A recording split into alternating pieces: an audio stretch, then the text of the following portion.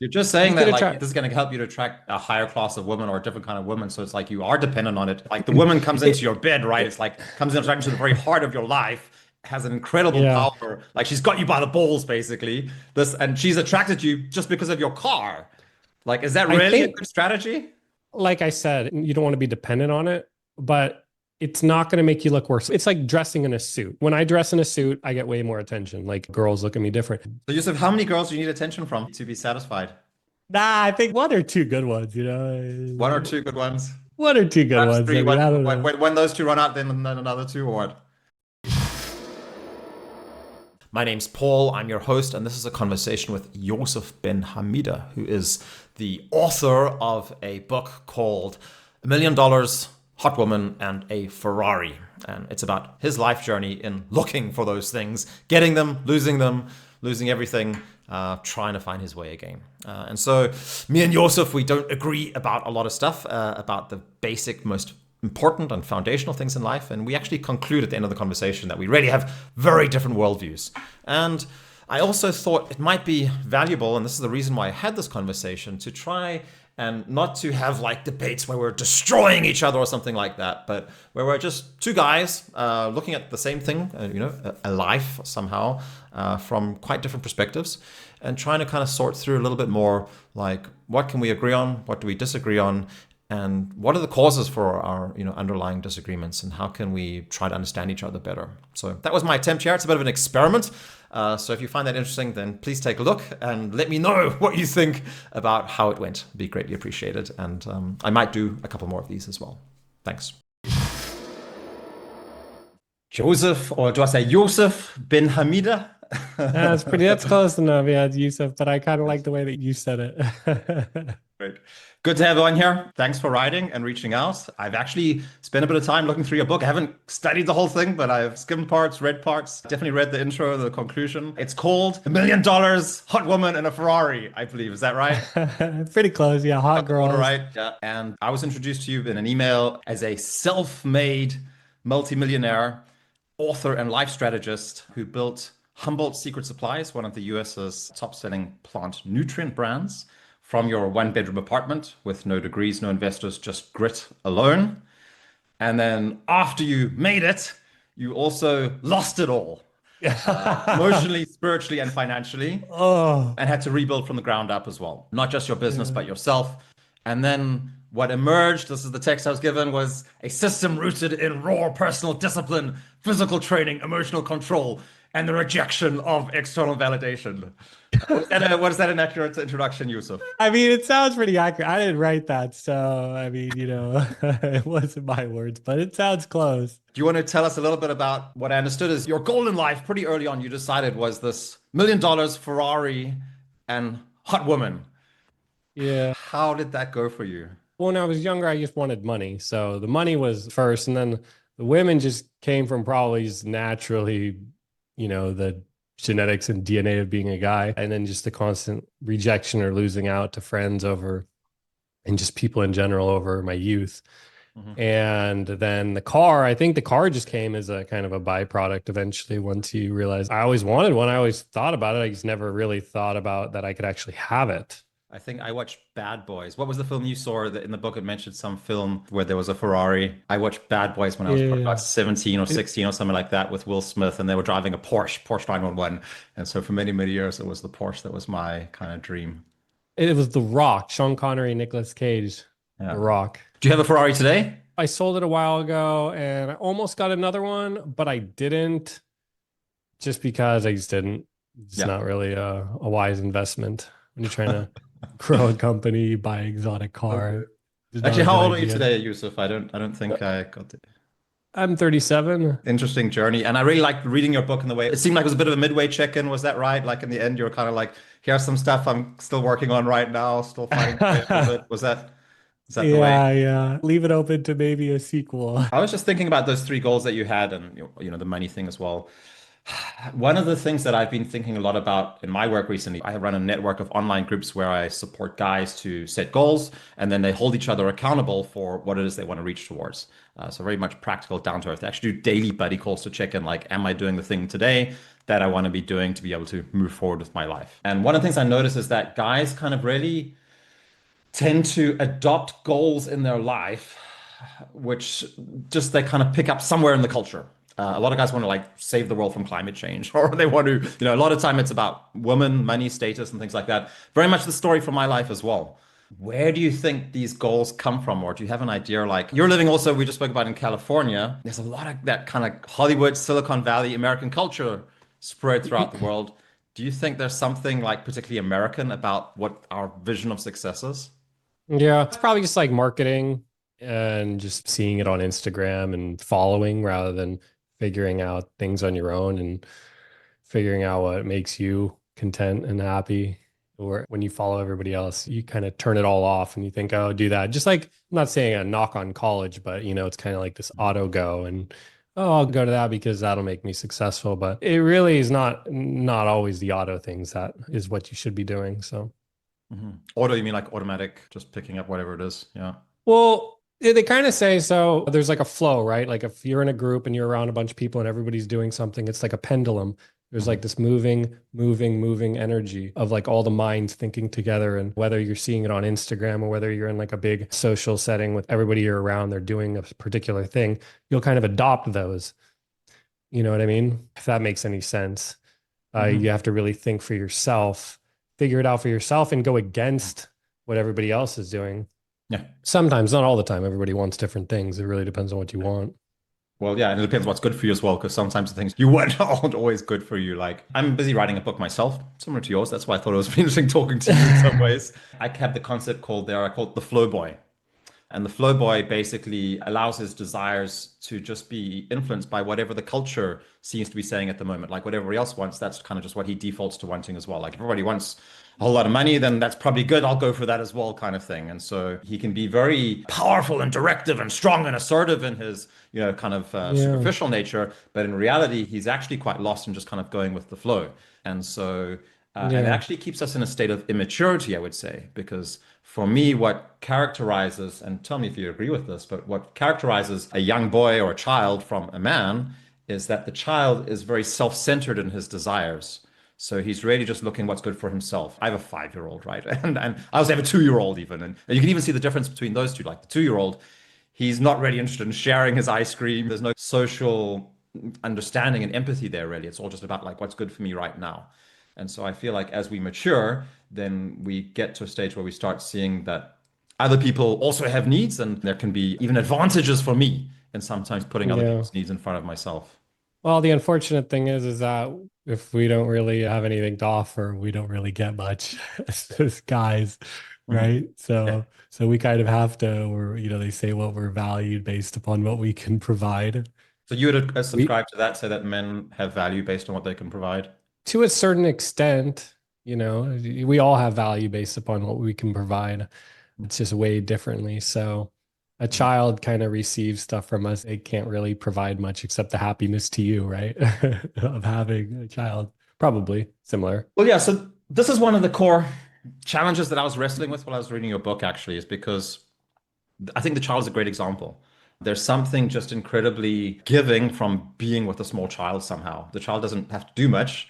Sometimes it's frustrating when the child's crying and whatever, but like if a child looks at you in a way, and I got to say, especially with my own children, but I can also see other people that meet my children, and if it's on a good day, then they're just an amazing warmth and a joy of life somehow that comes from an interaction with the child sometime, right? And I feel like that kind of value is sometimes not seen, especially in what I would call it an individualist mindset. So it's like the mindset of it's very much based on the material value that I can provide for other people. Can you speak a little bit more about how the things that we go for, the things that we aim towards, the things that we desire perhaps can end up entrapping us? Because I think you also say like at one point, like, be careful what you wish for or what you desire, because you don't know what's going to influence you with.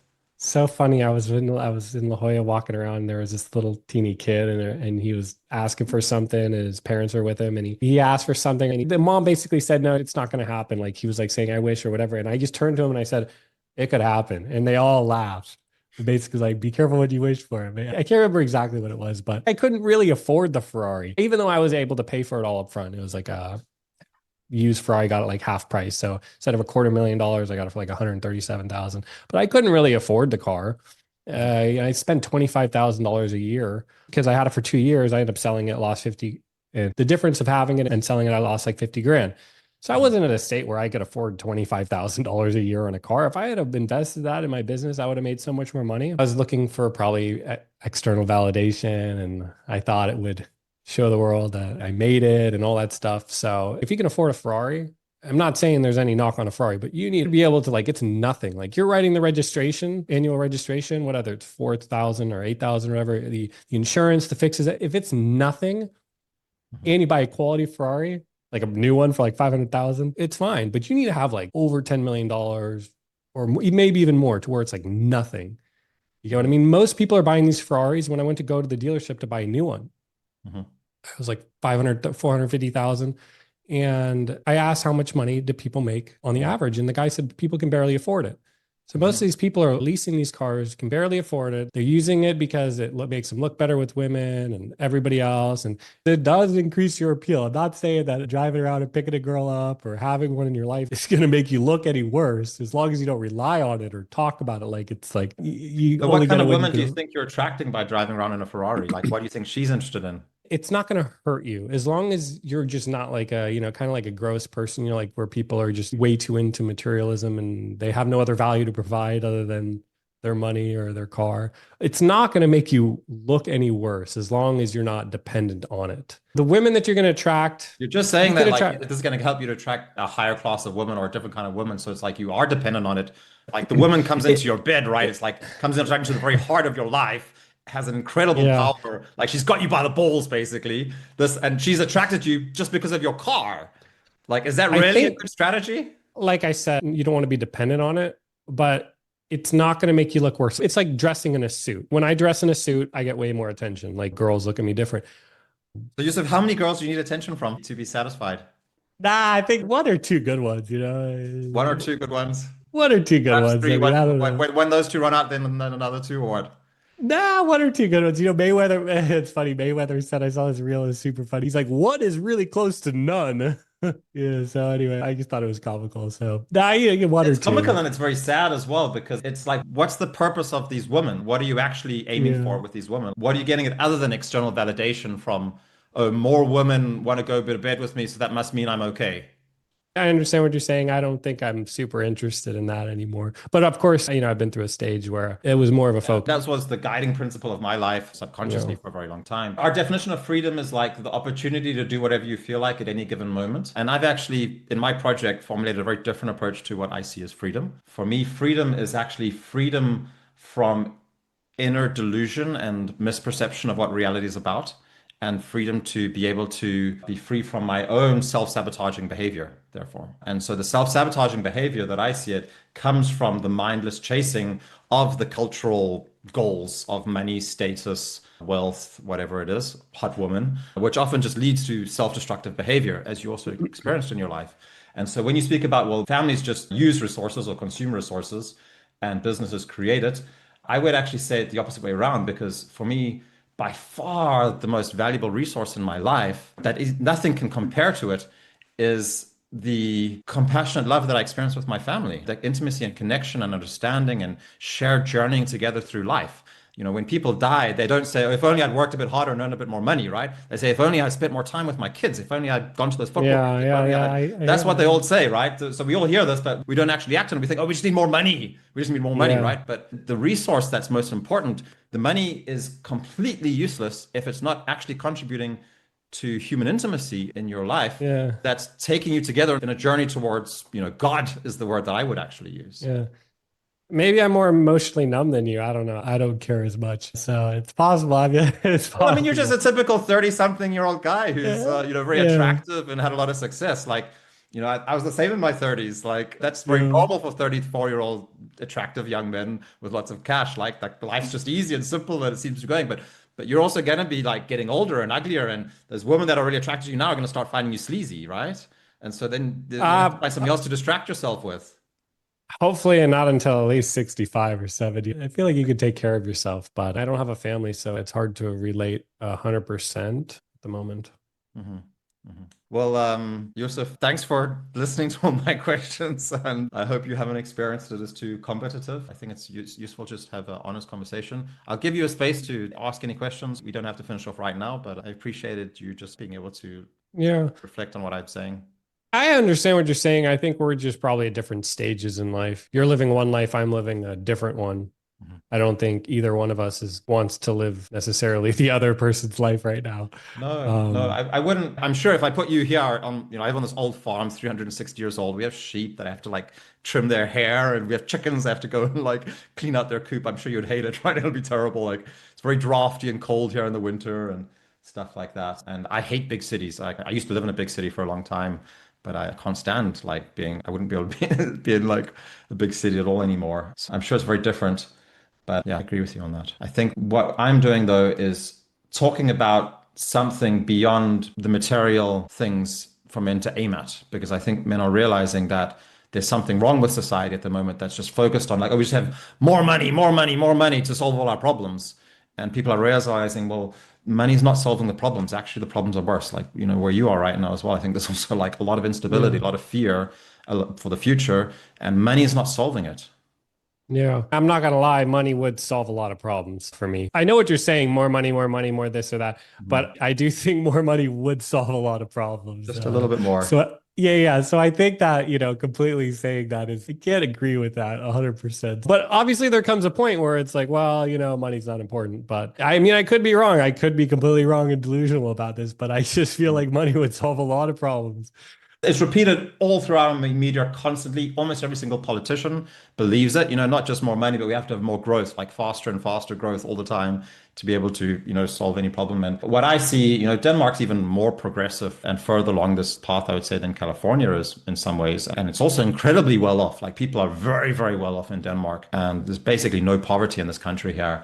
And a very, very high proportion of the population is on some kind of medicine. They're committing suicide. And it's increasing all the time. You mean So like that like some kind of mhm, psychopharm or antidepressants or something like that, right? antidepressants? So the problem Yeah. is like as we're growing in material abundance and we're all just focused on, oh, it's like all about material, material, material, we're becoming absolutely spiritual, as poor as we've ever been. Yeah. Or Well, more and more unhappy. it trickles down from the top. The people, the big companies, the big multi-hundred-billion-dollar companies, they want more money. And so they can basically create and get through things and then advertise and market antidepressants to make you happy when it's probably not the antidepressants. There's a bunch of things you can do probably to be happy. And everybody's taking antidepressants or all these drugs. I've taken plenty of stuff. I got caught up. And plenty of people run into it, but it masks the root issue. It probably starts from the top of these big corporations just trying to make money and be profitable in numbers for shareholders I and think whatnot. yeah. I mean, is it a chicken and egg? At the end of the day, for me, I think the battle is in every single person's heart. It's easy to point out and say, oh, it's the capitalists, it's this, it's Elon Musk or it's whatever. And that's what I'm hoping people listening to this podcast will also consider. It's like, you and me, we have different perspectives on life, but that doesn't make you a good person and me a bad person. It doesn't make me a good person, you a bad person. We're just two guys that are having a conversation, trying to find our way. And for me, it's like the battle here is to find a way to identify, well, how am I in my heart looking to be orientating myself not just towards increasing my own physical, material wealth and status and privilege over everybody else, but instead be looking to a deeper sense of community.